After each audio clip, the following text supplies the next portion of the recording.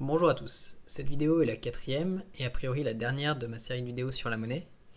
En tout cas pour le moment, a priori je referai des vidéos plus tard, notamment pour exploiter la question des crypto-monnaies, qui est une question assez large et qui est mêlée à la question des monnaies libres, que j'ai évoquée mais très rapidement dans ma série de vidéos. Et je reviendrai également sur la question de la monnaie car c'est une question essentielle, la monnaie étant au centre de nos activités quotidiennes et étant un facteur important du pouvoir, il serait important que j'y revienne plus tard. Mais en tout cas, concernant cette série, c'est donc la dernière vidéo de la série. Je vais présenter ici quelque chose de plus concret que ce que j'ai fait dans les vidéos précédentes, en prenant l'exemple de 4 personnes fictives et en regardant l'évolution de leur patrimoine durant 10 ans, avec ou sans impôt sur le revenu, donc un impôt progressif, et avec ou sans impôt sur le patrimoine également progressif, et en présence ou non d'un revenu universel. Donc c'est pour présenter un peu plus concrètement l'impact qu'aurait ce système d'imposition et la mise en place d'un revenu universel sur le patrimoine des gens. Et donc cette vidéo va être assez rébarbative, il y aura pas mal de chiffres. Donc si vous n'arrivez pas à comprendre tout dès la première fois ou pas à bien évaluer les valeurs que j'indique, n'hésitez pas à re-regarder, à mettre pause pour vraiment comprendre l'impact qu'aurait ce système sur le patrimoine des gens. Donc voilà ce que j'avais à dire en introduction sur cette vidéo. Je referai un petit commentaire à la fin de la vidéo. En tout cas, si vous aimez mon travail, n'hésitez pas à aimer, à partager et à commenter, ça fait toujours plaisir. Et bien, commençons la vidéo tout de suite.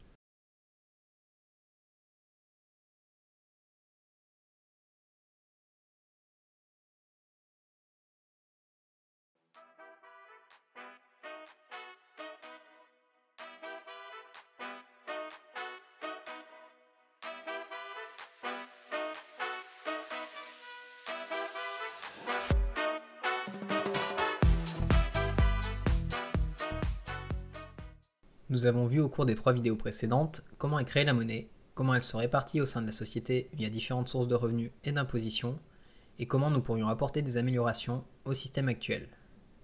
Je vais ici prendre un exemple plus concret pour vous montrer comment le système d'imposition et de création monétaire que j'envisage influerait sur la répartition des richesses. Je vais prendre 4 personnages représentant différentes situations caricaturales afin d'évaluer leur patrimoine à 10 ans d'intervalle. Par simplicité, je vais considérer qu'ils dépensent 500 € par mois en dehors de leur loyer et 150 € supplémentaires pour chacun de leurs enfants.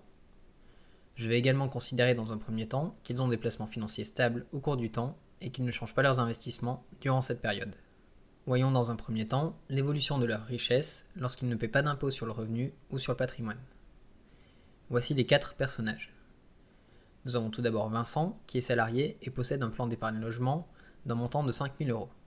Il vit en colocation dans un T3 à Lyon. Vincent touche un salaire net de 1 700 € par mois et sa part de loyer est de 600 €. Ainsi, après avoir dépensé 1 100 € pour le loyer et ses dépenses mensuelles, il arrive à épargner 600 € chaque mois. Après 10 ans, en ajoutant les intérêts de son PEL, il réussit à accumuler 80 000 € d'épargne. Ensuite, nous avons Raphaël qui est en situation de handicap suite à un accident et qui ne dispose d'aucune économie. Il loue un appartement en Auvergne dans lequel il vit avec sa femme et ses 2 jeunes enfants. Raphaël touche 900 € d'allocation aux adultes handicapés et sa femme 550 € de revenus de solidarité active car elle a décidé de consacrer son temps à s'occuper de la famille. Le couple bénéficie par ailleurs de 130 € par mois d'allocation familiale pour leurs 2 enfants et de 450 € d'aide au logement. Leur loyer s'élève à 700 €. Ainsi, après avoir dépensé 2 000 € pour le loyer et leurs dépenses mensuelles, ils arrivent à épargner 30 € chaque mois. Après 10 ans, Raphaël et sa femme ont réussi à accumuler 3 600 € d'épargne. Vient ensuite Solène, qui est chef d'entreprise et qui possède des actions en bourse pour un montant de 50 000 €. Elle est propriétaire d'un T2 à Paris, d'une valeur de 570 000 € et d'un T1 en banlieue parisienne, d'une valeur de 160 000 € qu'elle loue pour 600 € par mois. Solène se verse chaque mois un salaire net de 4 000 € et ne paie pas de loyer. Ainsi, après ses dépenses mensuelles, elle épargne 4 100 € chaque mois. Après 10 ans, la valeur de ses placements boursiers a augmenté de 50% et elle dispose aujourd'hui de 75 000 € en bourse, auxquels s'ajoutent 492 000 € d'épargne. Ces appartements ont également pris 10% de valeur, passant de 160 000 à 176 000 € pour celui situé en banlieue et de 570 000 à 630 000 € pour celui situé à Paris. Le total de son patrimoine s'élève désormais à 1 430 000 € contre 780 000 € 10 ans plus tôt. Enfin, nous avons Pauline, qui est agricultrice. Elle est propriétaire avec son mari, également agriculteur, d'une maison d'une valeur de 280 000 € en Bretagne et d'une exploitation d'une valeur de 380 000 €. Pauline et son mari gagnent en moyenne 1 400 € par mois chacun. Ainsi, après leurs dépenses mensuelles, ils arrivent à épargner 1 800 € tous les mois. Après 10 ans, ils ont épargné 216 000 €, tandis que le prix de leur maison et de leur exploitation a stagné.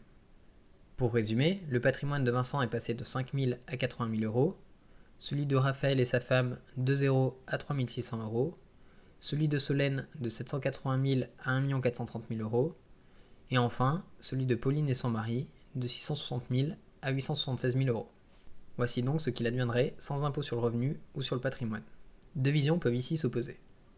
On peut regarder le ratio entre le patrimoine final et le patrimoine initial. Dans ce cas, il semble que Raphaël et sa femme se soient infiniment enrichis, alors que le couple d'agriculteurs n'a vu leur patrimoine augmenter que de 30%. Ou alors on peut regarder la valeur brute de l'enrichissement, et dans ce cas on voit que Solène s'est enrichie de 650 000 €, pendant que Raphaël et sa femme n'ont économisé à eux deux que 4 000 €. Voyons maintenant comment évoluerait leur patrimoine en apportant les modifications que j'ai présentées plus tôt, c'est-à-dire un impôt sur le revenu progressif à 33% au-delà du revenu universel, et un impôt sur le patrimoine également progressif au-delà de 480 000 €. Je mets de côté l'inflation pour plus de simplicité. Vincent est toujours salarié et il dispose encore une fois de 5 000 € sur un compte en banque. Cependant, l'épargne ne apporte désormais plus d'intérêt car il ne s'agit plus que d'un stockage d'argent. Il vit toujours en colocation dans un appartement au loyer inchangé et son salaire de 637 € vient désormais s'ajouter au revenu universel d'un montant de 1 073 €, ce qui lui permet de continuer à toucher 1 700 € par mois. Outre ses dépenses mensuelles, il paie 1 360 € d'impôt sur le revenu chaque année et il n'est pas soumis à l'impôt sur le patrimoine. Après 10 ans, son épargne s'élève à 63 500 € au lieu de 80 000 € dans la situation précédente. Raphaël est lui aussi toujours dans la même situation avec sa femme. Son allocation d'adulte handicapé et le RSA de sa femme ont cependant été remplacés par un revenu universel attribué à chacun. En contrepartie, ils ne perçoivent aucune aide supplémentaire. Raphaël et sa femme ne touchant que le revenu universel, ils ne paient aucun impôt. Après 10 ans, ils ont épargné 17 500 €. Solène est quant à elle également dans une situation inchangée, et elle dispose toujours de ses deux logements. Cependant, la spéculation en bourse et sur le prix des logements n'existe plus, et elle épargne donc cette fois les 50 000 € qu'elle avait précédemment placés en bourse. Pour ce qui est de son salaire, il reste inchangé, mais parmi les 4 000 €, 1 073 proviennent désormais du revenu universel. Grâce à la location de son studio, elle touche ainsi 4 600 € par mois, soit 54 200 € par an. Outre ses dépenses mensuelles, elle paie ainsi environ 11 500 € d'impôt sur le revenu chaque année, à un montant d'impôt sur le patrimoine variant chaque année, mais s'élevant à environ 37 000 € par an. Ainsi, après 10 ans, le montant de son patrimoine est inchangé. Enfin, Pauline et son mari perçoivent toujours 1 400 € chacun, dont 1 073 € de revenu universel. Outre leurs dépenses mensuelles, ils paient chacun environ 650 € d'impôt sur le revenu chaque année, mais sont dispensés d'impôt sur le patrimoine car leur maison et leur exploitation ont une valeur de 660 000 €, soit 330 000 € par personne, inférieure au seuil de 480 000 €. Ainsi, après 10 ans, leur patrimoine est de 863 000 €. Nous voyons donc qu'avec l'instauration d'impôts progressifs et d'un revenu universel, les impôts ont légèrement réduit le patrimoine de Vincent et du couple d'agriculteurs, sans les empêcher pour autant d'épargner. Raphaël et sa femme ont quant à eux réussi à économiser 17 500 € contre 4 000 € précédemment, grâce à la mise en place du revenu universel. Ils ne sont pas en état d'investir dans un logement, mais peuvent appréhender leur avenir et celui de leurs enfants plus sereinement. Solène a quant à elle vu son patrimoine stagner. L'impôt progressif sur le revenu et sur le patrimoine empêche donc de s'enrichir au-delà d'un certain seuil, qui dans cet exemple correspondait à celui de Solène. Ce seuil dépend du taux de taxation retenu et du revenu de la personne. De hauts revenus permettra en effet, malgré un taux d'imposition similaire, de conserver un patrimoine ou d'augmenter son patrimoine au-delà de celui de Solène présenté ici. Cependant, si les revenus ne sont pas suffisants, il est possible de voir son patrimoine diminuer dès lors que celui-ci dépasse 500 000 €. Je ne sais pas si ce système économique est viable et si des économistes regardent cette vidéo, je serais ravi d'avoir leur avis. Je suis conscient que ce système produira probablement une décroissance, jusqu'à un niveau de richesse correspondant aux besoins essentiels de la société, mais je n'y vois rien de négatif à partir du moment où chacun possède de quoi vivre dignement. J'ai également conscience que la mise en place d'un revenu universel dans un monde où les autres pays conservent un système capitaliste risquerait d'entraîner un certain nombre de problèmes, notamment un appauvrissement relatif de la France vis-à-vis des autres pays.